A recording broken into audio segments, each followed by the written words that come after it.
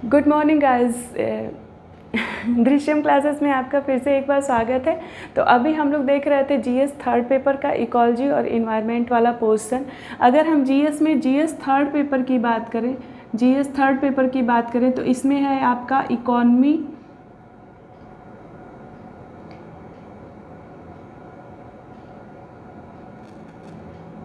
Environment and ecology, science and technology, disaster management और internal security. तो इसमें से हम लोग जो टॉपिक देख रहे थे वो इकोलॉजी और इन्वायरमेंट का टॉपिक देख रहे थे, जिसमें हमने बायोस्फीयर रिजर्व आपका पिछले वीडियो में हो चुका है। बायोस्फीयर रिजर्व के बारे में हम जान चुके हैं इकोलॉजी और इन्वायरमेंट के पोर्शन में। तो आज हमारा दूसरा टॉपिक है वेटलैंड्स। वेटलैंड्स क्या होती हैं, वेटलैंड्स का रामसर सम्मेलन क्या है, रामसर सम्मेलन का महत्व क्या है, रामसर सम्मेलन ने वेटलैंड्स को कैसे प्रोटेक्ट किया है।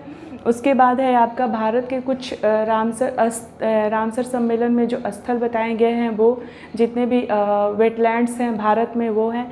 तो ये क्वेश्चन आपका आ चुका है, 2018 का क्वेश्चन है ये। 2018 में ये क्वेश्चन पहले पूछा जा चुका है, 2018 के यूपीएससी में क्वेश्चन पूछा जा चुका है। और ये आपका इसके पहले जो हुआ था वो बायोस्फीयर रिजर्व था। तो बायोस्फीयर रिजर्व से क्वेश्चन आते हैं, जयमंडल आरक्षित क्षेत्र से आते हैं, आर्द्र भूमियों से क्वेश्चन आते हैं, जैव विविधता बायोडाइवर्सिटी क्या होती है इससे भी आते हैं, जलवायु परिवर्तन क्या है इससे भी आते हैं, क्लाइमेट चेंज क्या है इससे भी आते हैं। अभी जलवायु परिवर्तन में यूरोप और उसमें बहुत ज़्यादा गर्मी देखी गई है, तो उस जलवायु परिवर्तन का क्या इम्पैक्ट होता है उससे भी क्वेश्चन आते हैं। और जलवायु परिवर्तन के जो पीछे रीज़न दिए गए हैं, जैसे ओजोन डिप्लेशन क्या है, ओजोन लेयर क्या है, ग्रीन हाउस इफेक्ट क्या है, एसिड रेन क्या होती हैं, ग्लोबल वार्मिंग क्या है। तो ये सारे जो इन्वायरमेंट और इकोलॉजी के ये जो कोर पोर्शन है, इससे बहुत ज़्यादा क्वेश्चंस एग्ज़ाम में पूछे जाते हैं। तो ये जो जीएस थर्ड पेपर है, ये बेसिकली पूरी तरीके से करंट पे ही डिपेंड होता है, करंट पे ही डिपेंड है, क्योंकि करंट से जितना भी आप करंट करते हैं, इकॉनमी में भी का करंट से मिला करके क्वेश्चन पूछाता है, इकोलॉजी और इन्वायरमेंट में भी वही हाल है। साइंस एंड टेक्नोलॉजी में आपका space technology, defence technology, energy, biotech, infotech, nanotech, इन सारे टेक्नोलॉजियों से क्वेश्चन पूछे जाते हैं। जैसे पिछली बार उन्होंने पूछा था कि जैव प्रौद्योगिकी को लेकर के पूछा था कि जैव प्रौद्योगिकी यानी बायोटेक्नोलॉजी में इतनी ज़्यादा सक्रियता क्यों बढ़ रही है और बायोटेक्नोलॉजी से क्या लाभ हो रहा है। तो इस तरीके से टेक्नोलॉजी से बहुत सारे क्वेश्चन आते हैं, इकोलॉजी और इन्वायरमेंट से। तो पहले हम इसको बायोस्फीयर रिजर्व हम देख चुके हैं, तो आइए बात करते हैं आर्द्र भूमियाँ क्या होती हैं, जलग्रस्त, इसको आर्द्र भूमि कहते हैं, जलग्रस्त भूमि कहते हैं या वेटलैंड्स कहते हैं। इसमें हम पहले बात करेंगे इसकी डेफिनेशन क्या है, वेटलैंड्स मीनिंग क्या है, वेटलैंड्स का मतलब क्या होता है, परिभाषा, उसके बाद इसकी विशेषता क्या है, क्या वेटलैंड्स का क्या आपका लाभ है, क्या उसका महत्व है, क्या इसकी विशेषता है। उसके बाद वेटलैंड्स के संरक्षण के लिए उठाए गए कौन कौन से कदम हैं यहाँ पे, और भारत के कुछ प्रमुख आर्द्र भूमि क्षेत्र जो कि रामसर कन्वेंशन में बताए गए थे वो क्या है, रामसर कन्वेंशन क्या है, रामसर कन्वेंशन क्यों हुआ था, कहाँ हुआ था, उसका महत्व क्या है, उसका इसमें रोल क्या है। तो ये इन सब चीज़ों पे आज हम डिस्कस करने वाले हैं। ये टॉपिक भी बहुत इम्पॉर्टेंट टॉपिक है। ज्योग्राफी में तो हम लोगों को कराया ही जाता है, इकोलॉजी और इन्वायरमेंट वाले पोर्शन में भी कराया जाता है, क्योंकि इकोलॉजी और इन्वायरमेंट का पोर्शन हमारा ज्योग्राफी में एक बहुत बड़ा टॉपिक है, 5वें नंबर का टॉपिक है फर्स्ट पेपर में। तो उसको एक बड़ी अच्छी बुक है, पीडी शर्मा की बुक है, जो कि इकोलॉजी और इन्वायरमेंट के लिए है बेसिकली। वो इंग्लिश और हिंदी दोनों में ही अवेलेबल है, तो वो बहुत अच्छी बुक है, हो सके तो आप लोग उस बुक को ज़रूर पढ़िएगा। लेकिन चलिए देखते हैं इकोलॉजी और इन्वायरमेंट का एक पोर्शन जो कि आर्द्र भूमि या वेटलैंड से संबंधित है। क्या होती हैं वेटलैंड्स, जलग्रस्त, जैसा कि नाम से ही लग रहा है कि जलग्रस्त भूमि है, तो ऐसा क्षेत्र, ऐसा भूमि जो कि जहाँ पे जल पाया जा रहा हो, तो ऐसा भूमि जहाँ जो दलदली क्षेत्र है, जो जहाँ पे जल पाया जा रहा है, जो जल से ढका हुआ है, ऐसे क्षेत्रों को हम वेटलैंड्स या आर्द्र भूमियाँ कहते हैं। तो आर्द्र भूमि ऐसे जलग्रस्त भूमि या आर्द्र भूमि ऐसे दलदली क्षेत्र होते हैं जहाँ पे वर्ष भर या वर्ष के कुछ महीने जल का जमाव रहता है।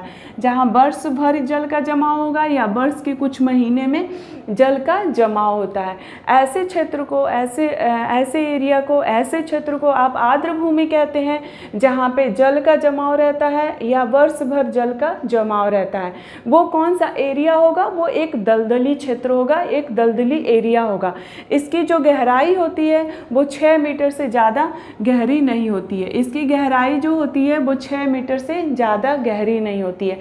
आइए देखते हैं इसके लोकेशन की अगर हम बात करें तो ये जो इसकी स्थिति जो देखी गई है वो आपका गंगा, ब्रह्मपुत्र, नर्मदा, ताप्ती, गोदावरी और कृष्णा, कावेरी वाले क्षेत्रों में पाई गई है या देखी गई है। आदि जैसी नदियों से ये जुड़ी होती हैं।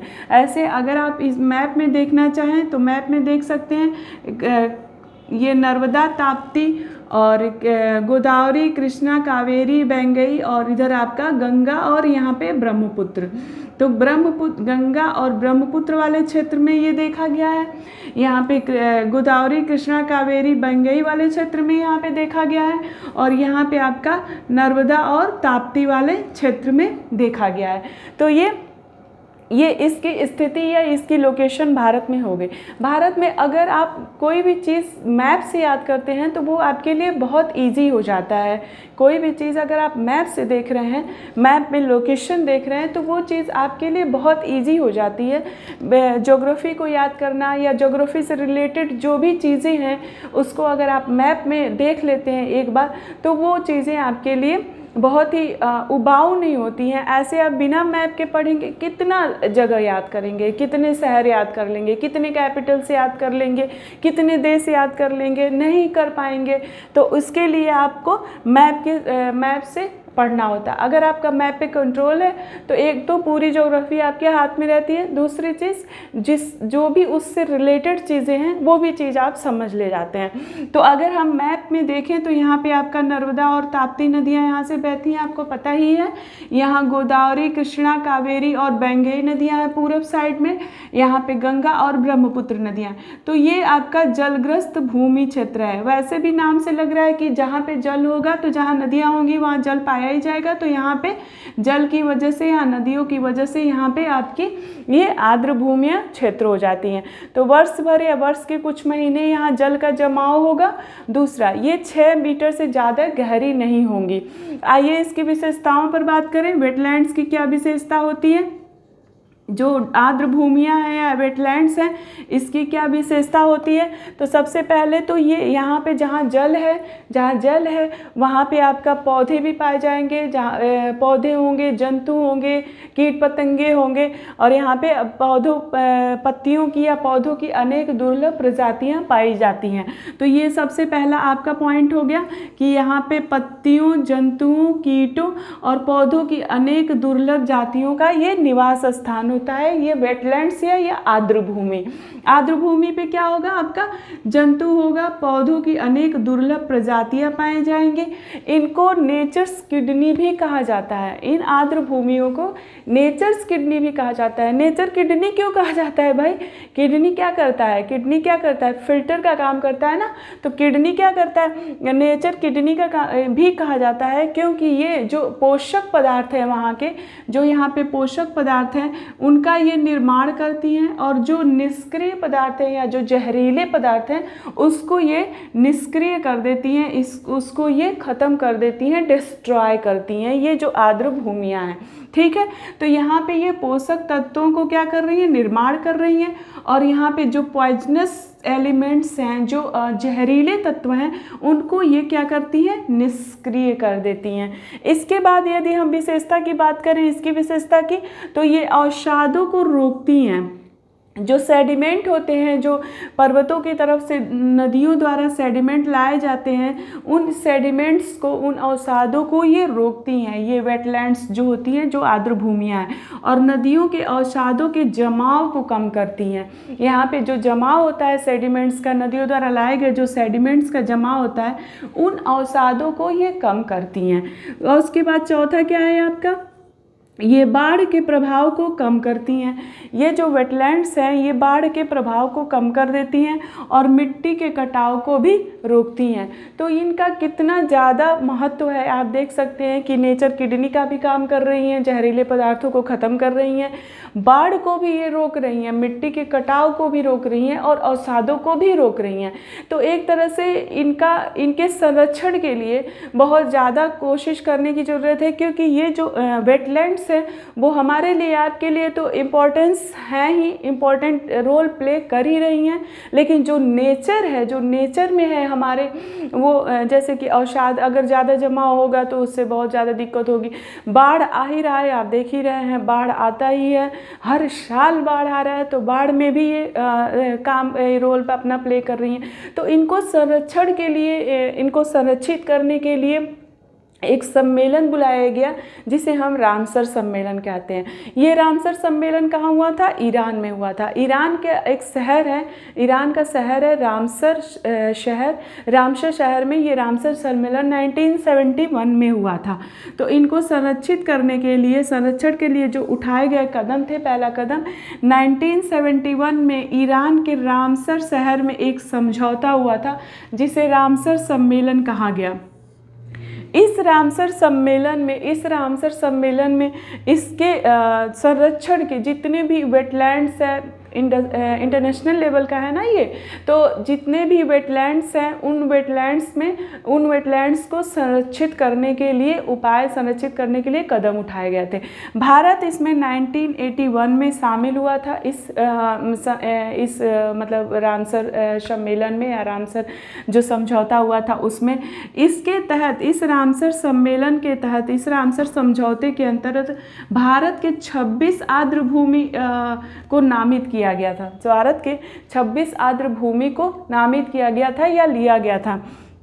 देखिए, चूँकि बोर्ड पे बहुत छोटा छोटा लिखा रहता है ना, कि आप समझ नहीं पाते हो या लिख नहीं पाते हो। जैसे पिछली बार स्टूडेंट्स ने कहा था कि मैम बोर्ड बहुत छोटा है, उसमें से हम लोग लिख नहीं पाते हैं, तो मैंने बड़ा बोर्ड ला दिया।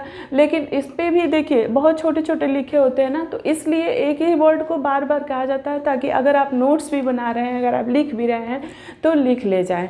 तो और या तो आप थोड़ा सा जूम करके देख सकते हैं। तो यहाँ पे 26 आर्द्र भूमियों को, 26 आर्द्र भूमि का क्षेत्र माना गया रामसर सम्मेलन में। इसके बाद यदि हम बात करें, अपने इंडिया की बात करें, तो पर्यावरण, वन और जलवायु मंत्रालय ने, पर्यावरण, वन और जलवायु मंत्रालय ने रामसर इसके 1987 ईस्वी में राष्ट्रीय आर्द्र या दलदली भूमि संरक्षण कार्यक्रम चलाया था। 1987 में राष्ट्रीय आर्द्र या दलदली भूमि संरक्षण कार्यक्रम को चलाया गया था। इस कार्यक्रम के अंतर्गत 24 राज्यों से कुल 103 आर्द्र भूमियों के संरक्षण के लिए चुना गया है। इस समझौते के तहत ये जो समझौता हुआ, जो ये बना है, पर्यावरण, वन एवं जलवायु मंत्रालय जो भारत में बना है, जो ईरान में रामसर सम्मेलन में बना था, वहाँ से तो 26 आर्द्र भूमियों को लिया गया था। रामसर सम्मेलन में 26 आर्द्र भूमियों को लिया गया था। लेकिन पर्यावरण, इंडिया में जो पर्यावरण, वन और जलवायु मंत्रालय द्वारा कार्यक्रम जो चलाया गया राष्ट्रीय आर्द्र भूमि के लिए, उसमें 24 राज्यों से 103 आर्द्र भूमियों को लिया गया। इसमें अब ये क्या है, चिल्का झील को सबसे पहले, अब आपको पूछ सकता है ना, पीटी में भी, मेंस में भी, कहीं भी पूछ सकता है कि सबसे पहले जो आर्द्र भूमि क्षेत्र को लिया गया था वो कौन सी थी, तो आपका चिल्का झील में 1981 में चिल्का झील रामसर कन्वेंशन के तहत प्रथम आर्द्र भूमि नामित किया गया था। प्रथम आर्द्र भूमि कौन सा है हमारे वहाँ? चिल्का झील। चिल्का झील कहाँ पे है? उड़ीसा में है। ये कौन सा झील है? एक तटीय झील है। ये एशिया की सबसे बड़ी खारे पानी की क्या है? एक तटीय झील है। तो यहाँ पे देखिए चिल्का झील उड़ीसा की एशिया की सबसे बड़ी ताज़े पानी की क्या है, एक तटीय लैगून है, तटीय झील है। चिल्का झील उड़ीसा में विश्व की पहली फिशिंग कैट, यहीं पर अभी हाल ही में, अभी ये जुलाई चल रहा है ना, जून के महीने में, अभी जून के महीने में ही यहाँ पे एक जनगणना हुई है जिसे विश्व फिशिंग कैट जनगणना कहते हैं। और ये कहाँ पे हुआ है, ये आपका चिल्का झील उड़ीसा में ही हुआ है, चिल्का झील उड़ीसा में हुआ है। और ये अभी की न्यूज़ है, अभी ये अगस्त चल रहा है, अभी ये अगस्त के पहले जून का ये न्यूज़ है। जून में चिल्का झील उड़ीसा में विश्व की पहली फिशिंग कैट जनगणना हुई है, विश्व की पहले फिशिंग कैट जनगणना कहाँ पे हुई है, चिल्का झील उड़ीसा में। ये किसके सहयोग से की गई थी, Chilika development authority and the fishing cat project के सहयोग से की गई थी। ये Chilika development authority and the fishing cat project के सहयोग से की गई थी ये जो जनगणना हुई है, फिशिंग कैट जनगणना। ये क्या है, तो मछली पकड़ने वाली फिशिंग का मतलब, फिश का क्या मतलब है, मछली, कैट का मतलब है बिल्ली। तो जो मछली पकड़ने वाली बिल्ली होती हैं उनकी जनगणना यहाँ पर हुई है। ये जो बिल्ली है ये घरेलू बिल्ली से 2 गुनी छोटी होती है और इसके शरीर पे काले धब्बे और धारियों के निशान पाए जाते हैं।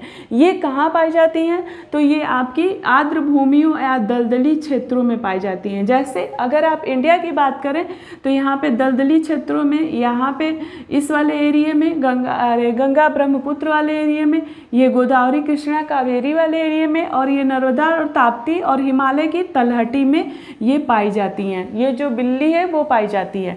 और अगर हम विदेशों की बात करें तो विदेशों में आप देखिए श्रीलंका में, यहाँ पे आप देखिए, यहाँ श्रीलंका है, यहाँ नेपाल है, यहाँ पे आपका म्यांमार है, थाईलैंड है, इंडोनेशिया है, इन सब जगहों पे ये बिल्ली पाई गई है या देखी गई है। इसके बाद आइए भारत के कुछ प्रमुख आर्द्र भूमि क्षेत्र देख लेते हैं, आर्द्र भूमि स्थल देख लेते हैं भारत में। अगर हम जम्मू कश्मीर की बात करें तो यहाँ पे लद्दाख क्षेत्र में पाया गया है तसो मुरूरी या त्यों मोरारी, जो कि लद्दाख क्षेत्र में है। बूलर झील आपको पता ही है जम्मू कश्मीर में है, तो ये भी एक आर्द्र भूमि है, बूलर झील। और ये सब कौन से हैं, ये रामसर सम्मेलन में जो 26 नामित किए गए थे वो सारे हैं, उसमें से कुछ प्रमुख हम आपको बता दे रहे हैं। यहाँ पे बूलर झील है जो कि जम्मू कश्मीर में है, तसो मुरूरी जो कि आपकी लद्दाख में पाई जाएगी। यहाँ पे ये देखिए कांजली और हरिके और रोपड़, ये तीनों कहाँ हैं, आपके पंजाब में है। अगर आप राजस्थान की बात करें तो राजस्थान में आपका एक केवलादेव राष्ट्रीय उद्यान है और एक सांभर झील है जो कि नमक झील है, सांभर झील आपका राजस्थान में है। तो यहाँ पे सांभर झील है, सांभर झील जो कि आर्द्र भूमि है। केवलादेव राष्ट्रीय उद्यान ये भी एक आर्द्र भूमि है। अगर आप मेघालय में जाएंगे तो आपको लोकटक झील मिलेगा, लोकटक झील भी एक आर्द्र भूमि क्षेत्र है। केरला में आएंगे तो केरला में आपको अष्टमुंडी मिलेगा और वेम्बनाड मिलेगा, अष्टमुंडी और वेम्बनाड मिलेगा, अष्टमुंडी और वेम्बनाड मिलेगा केरल में, ये भी एक आर्द्र भूमि है। और अगर हम सबसे बड़ा वेटलैंड की बात करेंगे, सबसे बड़ा वेटलैंड कौन सा है, तो सबसे बड़ा वेटलैंड आपका अष्टमुंडी है जो कि केरला में है। इसके बाद यदि आप आएंगे उड़ीसा में, तो उड़ीसा में आपका पहला वाला कौन सा था, चिल्का झील था, तो चिल्का झील हो जाएगा। भीतर कनिका भी आपका उड़ीसा में है। और एक आपका है तमिलनाडु में, आंध्रा और तमिल के उस पे बॉर्डर पे कोलेरू झील है, तो कोलेरू झील आपका ये हो जाएगा। तो यहाँ पे आपका भीतर कनिका, चिल्का झील और कोलेरू झील, ये सब क्या है, आर्द्र भूमि है। ये सब कौन से वाले हैं, ये सब रामसर सम्मेलन वाले हैं, रामसर कन्वेंशन। रामसर कन्वेंशन के अंतर्गत ये कुछ प्रमुख आपके आर्द्र भूमि क्षेत्र हैं। क्वेश्चन क्या पूछा गया था कि आर्द्र भूमियाँ क्या हैं, आर्द्र भूमियाँ क्या हैं, और आर्द्र भूमियों के संरक्षण के संबंध में बहुउद्देशीय तरीके से जो रामसर कन्वेंशन किया गया था उसको स्पष्ट कीजिए। और भारत के दो आर्द्र भूमि क्षेत्र का उल्लेख कीजिए। आर्द्र भूमियाँ क्या हैं, रामसर कन्वेंशन को स्पष्ट कीजिए, उसका इम्पोर्टेंस बताइए, और भारत के 2 आर्द्र भूमियों का उल्लेख कीजिए। तो ये आपका क्वेश्चन था, 2018 का क्वेश्चन है। तो आशा करती हूँ कि आप लोगों को मेंस में कुछ ज़रूर हेल्प मिल जाएगा। तो इसी के साथ मैं क्लास क्लोज़ करती हूँ। तो इसे इकोलॉजी और एनवायरनमेंट वाले पोर्शन से आपके 2 टॉपिक कवर हुए हैं, जिसमें आपका बायोस्फीयर रिजर्व है और वेटलैंड्स है। टॉपिक तो बहुत सारे हैं, क्लाइमेट चेंज है, बायोडाइवर्सिटी है, क्लाइमेट चेंज है, पॉल्यूशन है जिसमें एयर पोल्यूशन है, वाटर पोल्यूशन है, सॉइल पोल्यूशन है, नॉइज़ पोल्यूशन है, और मेटल पोल्यूशन भी अब एक नया आ गया है, ठोस और कचरे से भी क्वेश्चन पूछा गया है। तो ये सारी चीज़ें हैं इकोलॉजी और इन्वायरमेंट के एक नेक्स्ट टॉपिक के साथ फिर अगले वीडियो में मिलेंगे। Thank you so much guys.